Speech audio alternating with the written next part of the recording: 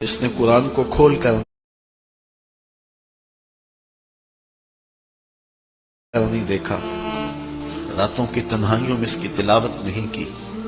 اس نے قرآن کو کھول کر نہیں دیکھا، راتوں کی تنہائیوں میں اس کی تلاوت نہیں کی، اس کے پیغام کو نہیں سمجھا، تو یہ آنکھیں اس لیے رب نے دی تھی کہ اس سے میرا قرآن پڑھو، تو قیامت کے دن وہ شخص نابینا اٹھایا جائے گا۔ میرے حضور نے ارشاد فرمایا کہ راتوں کی تنہائیوں میں اٹھ اٹھ کے قرآن پڑھا کرو اور قرآن پڑھتے ہوئے رویا کرو۔ The Agio All-Star Sale is...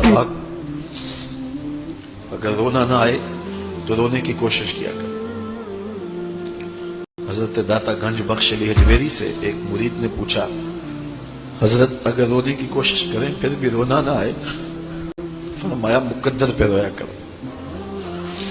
اتنے سنگ دل ہو گئے ہو، اس آنکھ میں کوئی بھلائی نہیں ہے جو رب کے خوف میں روتی نہیں ہے۔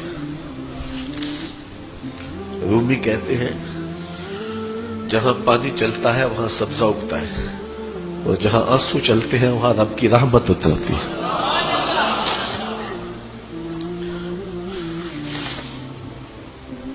تو کہا راتوں کی تنہائیوں میں اٹھ اٹھ کے قرآن پڑھا کرو، قرآن خود نور دیتا ہے، اس کی تلاوت کیا کرو۔ ایک حدیث ہے، جب میں نے پہلی بار پڑھی تھی تو میرے اوپر ایک کپ کپی طاری ہو گئی،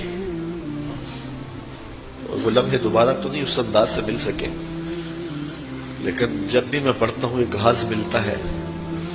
فرمایا قرآن یہ اللہ کی وہ لٹکتی ہوئی رسی ہے جس کا ایک سرا تمہارے ہاتھ میں ہے اور دوسرا سرا تمہارے رب کے ہاتھ میں۔ کرنٹ لگتا ہے کہ یہ وہ قرآن ہے جس کا ایک سرا رب کے ہاتھ میں ہے تو دوسرا سرا تمہارے ہاتھ میں ہے۔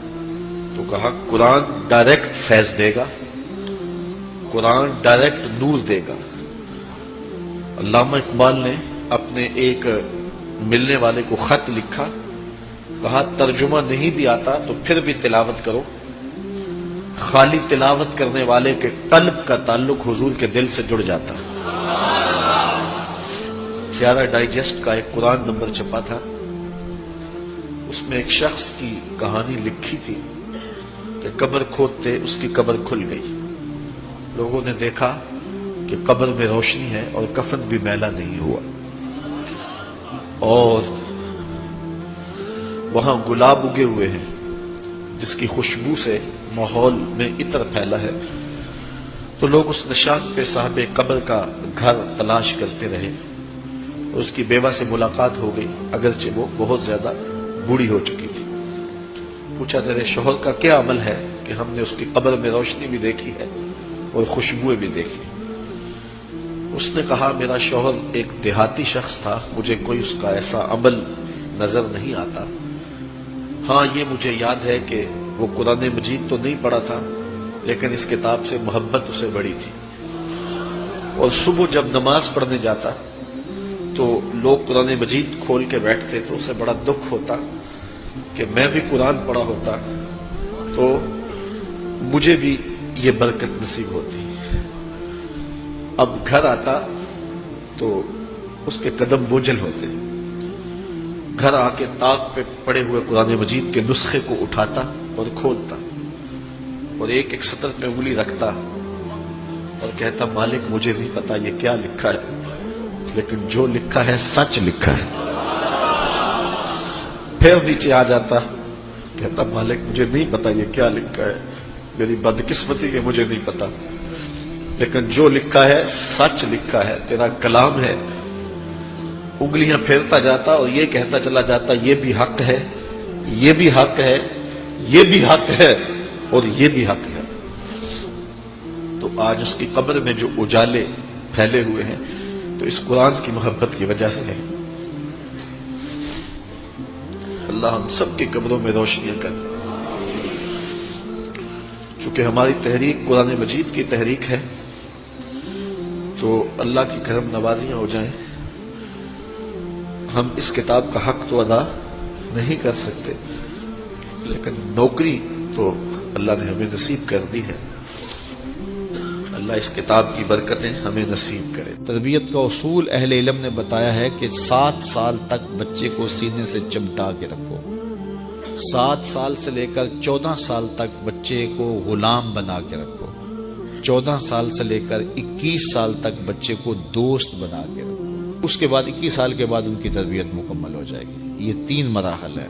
پہلے 7 سال گود میں اٹھا کے رکھو، اور آج بھی بعض جگہ پہ، یہاں جاپان کے اندر اب انہوں نے اجازت دیا کہ 7 کے 8 سال کے بعد بچہ اسکول جائے گا۔ پہلے 10 سال تک غالباً ان کا تھا، 10 سال تک وہ اسکول نہیں جانے دیتے تھے بچے کو، کہ ماں ہی تربیت کرے۔ سب سے بہتر تربیت کی درس گاہ، آماج گاہ یہی ہے ماں کی آغوش۔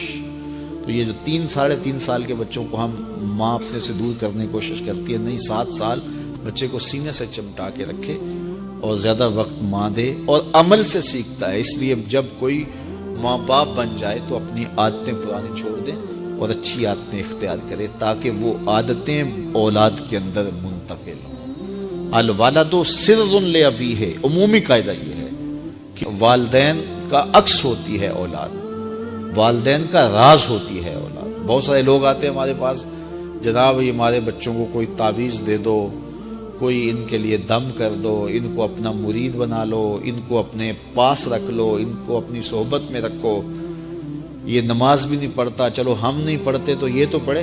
تو میں کہتا ہوں جب آپ نہیں پڑھتے تو یہ کیوں پڑھے؟ یہ کیسے؟ یہ اصول ہی یہ ہے کہ آپ کریں گے تو یہ کرے گا، لیکن آپ کہتے ہیں کہ ہم نہیں کرتے یہ تو کرے۔ ایک چور بھی چاہتا ہے کہ میرا بیٹا ولی ہو، جس طرح آپ ماحول فراہم کریں گے اس طرح کا جو ہے وہ عکس آپ کا اولاد ہوگی۔ حضور نے فرمایا ہر پیدا ہونے والا بچہ فطرت اسلام پہ پیدا ہوتا ہے، فطرت سلیمہ پہ پیدا ہوتا ہے۔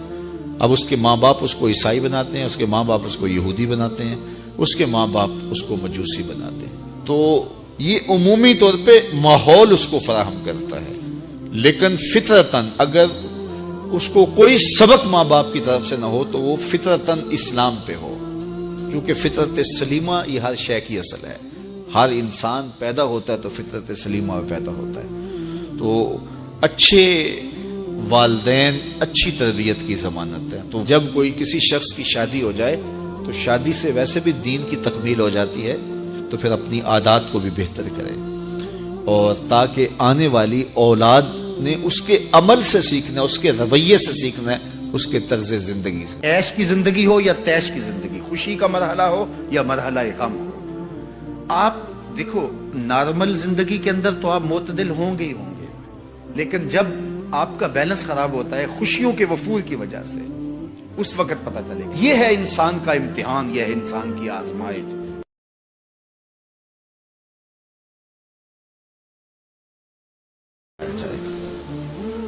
میرے حضور نے ارشاد فرمایا کہ راتوں کی تنہائیوں میں اٹھ اٹھ کے قرآن پڑھا کرو اور قرآن پڑھتے ہوئے رویا کرو۔